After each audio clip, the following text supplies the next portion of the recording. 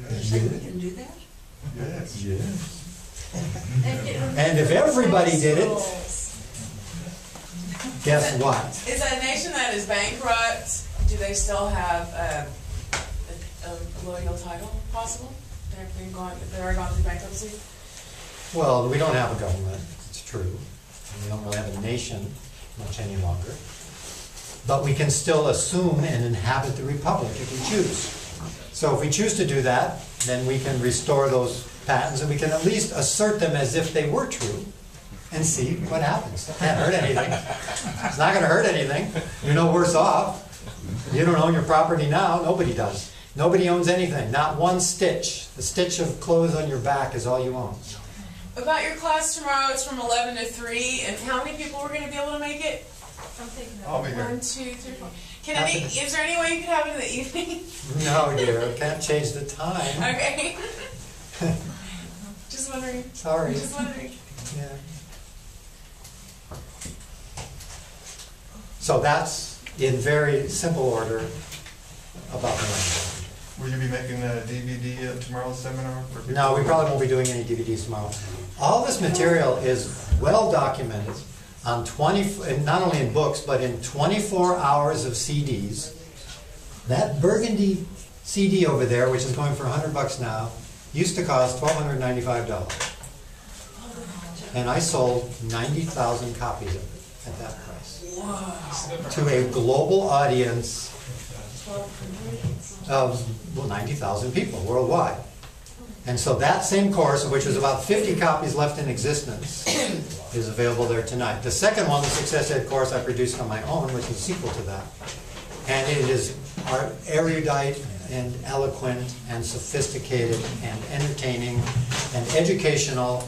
It inspired the sovereignty movement of 10 years ago. And it reached a global audience.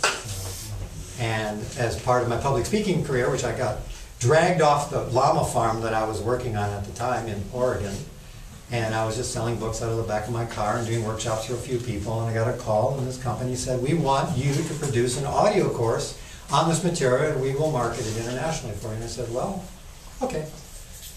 So they wrote me a check for $50,000 and said, here, produce a course, do whatever you want. You have total artistic control. So in 6 weeks, I produced an audio course, repackaged the Global Sovereign Handbook, and then proceeded to do international seminars in Cancun, Aruba, Bermuda, Bahamas, for, well, about 100,000 people probably all told. 3,000 people at a clip in a room, and I was doing keynote speeches at that time. So imagine a room with 3,000 people, and the big 10 by 10 screens, you know, for projection, and after an hour and a half, every light in that room went on. Boing, the eyes. And then people could apply that information, make international investments, set up business structuring internationally, invest in hyperbaric chambers, renewable energy technology. I mean, all this stuff was super duper, high-wired, supercharged for 3 years. And then the Fed caught wind of it, that trillions of dollars are leaving the United States. 63 million people aren't filing taxes anymore. People are claiming to be sovereign citizens en masse, and they're filing paperwork with every government agency possible. Charles Grassley said it on the subcommittee floor, why aren't all these people in prison? We can't have sovereignty in America. That would undermine our authority. I mean, basically, that's what they said, and they declared war on us. And first they sicked the media after us, 48 minutes, 60 News, all those type of things. They put out disinformation pieces about what a scam we were, and we were taking people's money, and we were multi-level marketing, God forbid, you know, or whatever.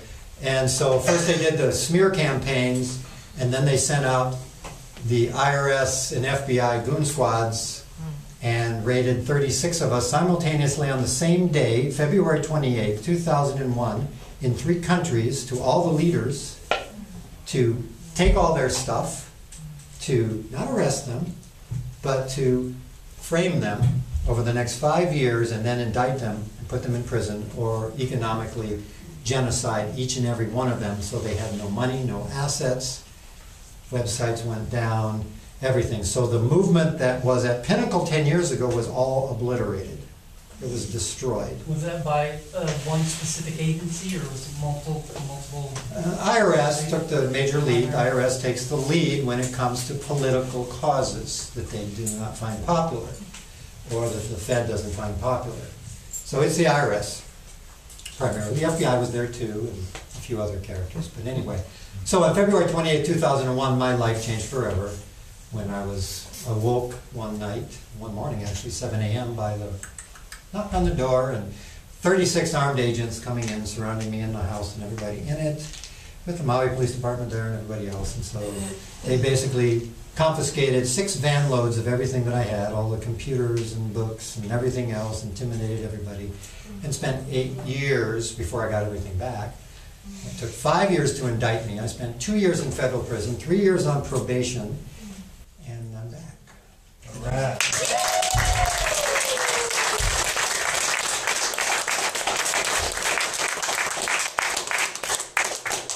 So I paid my dues for you. So I did the homework and set some of the precursors for it. And I long for the day when we live on a planet and on an earth, in a nation with a people who have claimed their own power and are able to govern themselves and rely on themselves and rely on each other. What a day it'll be. What a breath of fresh air that'll be. So. Common bread or common grain of salt can be decency and compassion, maybe? Yes, absolutely. Yes. Living through the hard. Never! Inhabit sovereignty.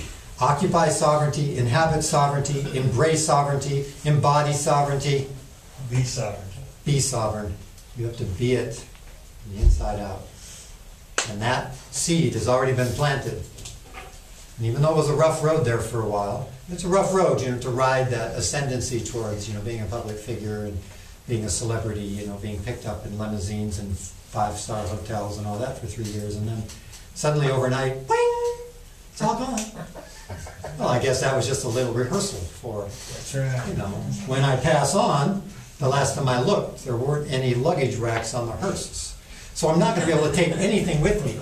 So I might as well use everything to the best of my ability and give to the best of my ability in this life. We're not holding on to anything except probably what we produce, what we share with others, the love we make, the love we take, what we give is what we will remember.